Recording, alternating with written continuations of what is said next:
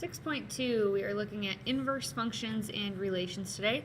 So we want to be able to graph, recognize, and write inverse functions.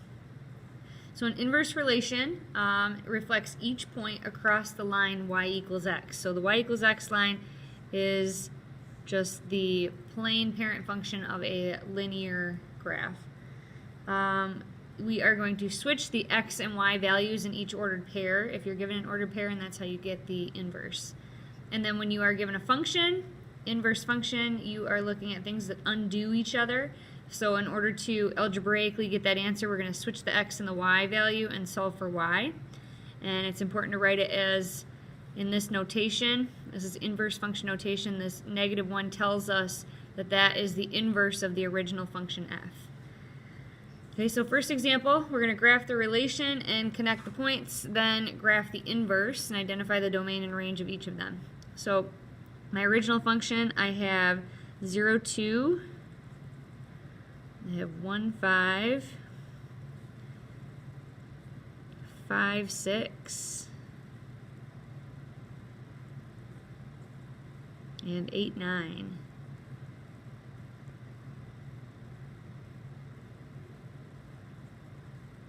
So if I connect these, it gives me something like that. So this was the original function. So then the inverse, I'm going to use a color on here to show that different. The inverse is going to be switching each of these. So this is going to be the point 2, 0, and then the point 5, 1, the point 6, 5,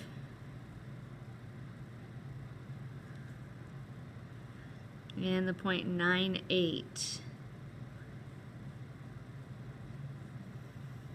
So then if I connect those,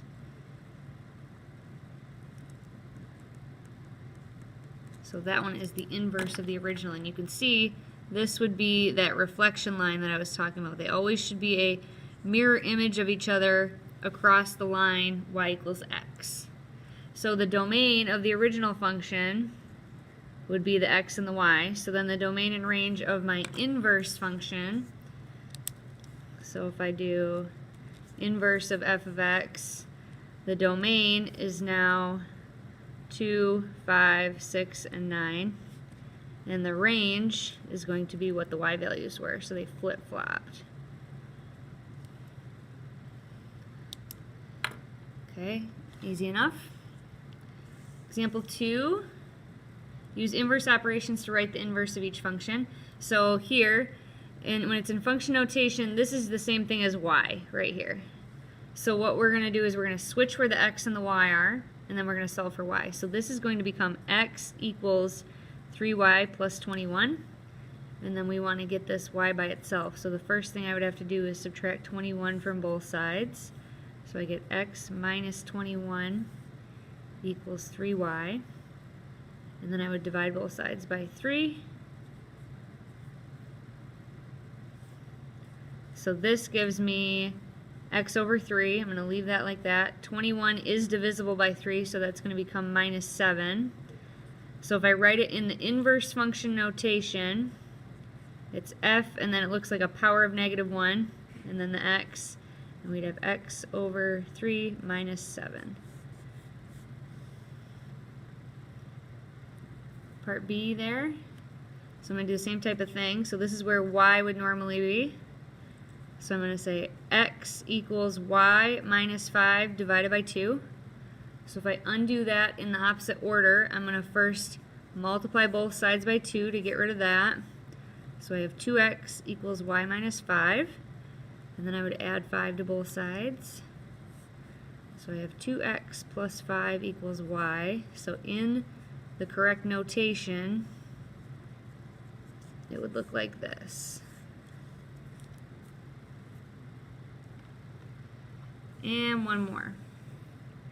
So we have this formula that gives degrees Celsius as a function of degrees Fahrenheit. Find the inverse function to convert Celsius to Fahrenheit. Then use your function to find 16 degrees Celsius in Fahrenheit. So what we're going to do is switch. Let's say that this is x and this is y here. So I'm going to switch those and I'm going to solve for that. So, or in other words, I can just solve for f in this function. So the first thing I'm going to do, I'm going to rewrite this. I'm going to multiply both sides by the reciprocal of this 5/9. So that would be 9/5. So now I have 9/5 times c equals, so those would have canceled each other out, f minus 32. And then if I want to get the Fahrenheit by itself, I would add 32 to both sides. So now I have Fahrenheit is equal to 9/5 times Celsius degrees plus 32.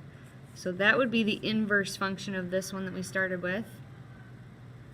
And then if I want to convert 16 degrees Celsius, I'm going to substitute that in here. So if I do 9/5 times 16 and then add a 32 onto it, so that means that 16 degrees Celsius is equal to 60.8 degrees Fahrenheit. Okay, so you have 2 of them to do on your own here. You're finding the inverse here, just like we did in example 2, and then graphing the relation in its inverse like we did on example 1 there. And for your joke, what season is it when you're on a trampoline?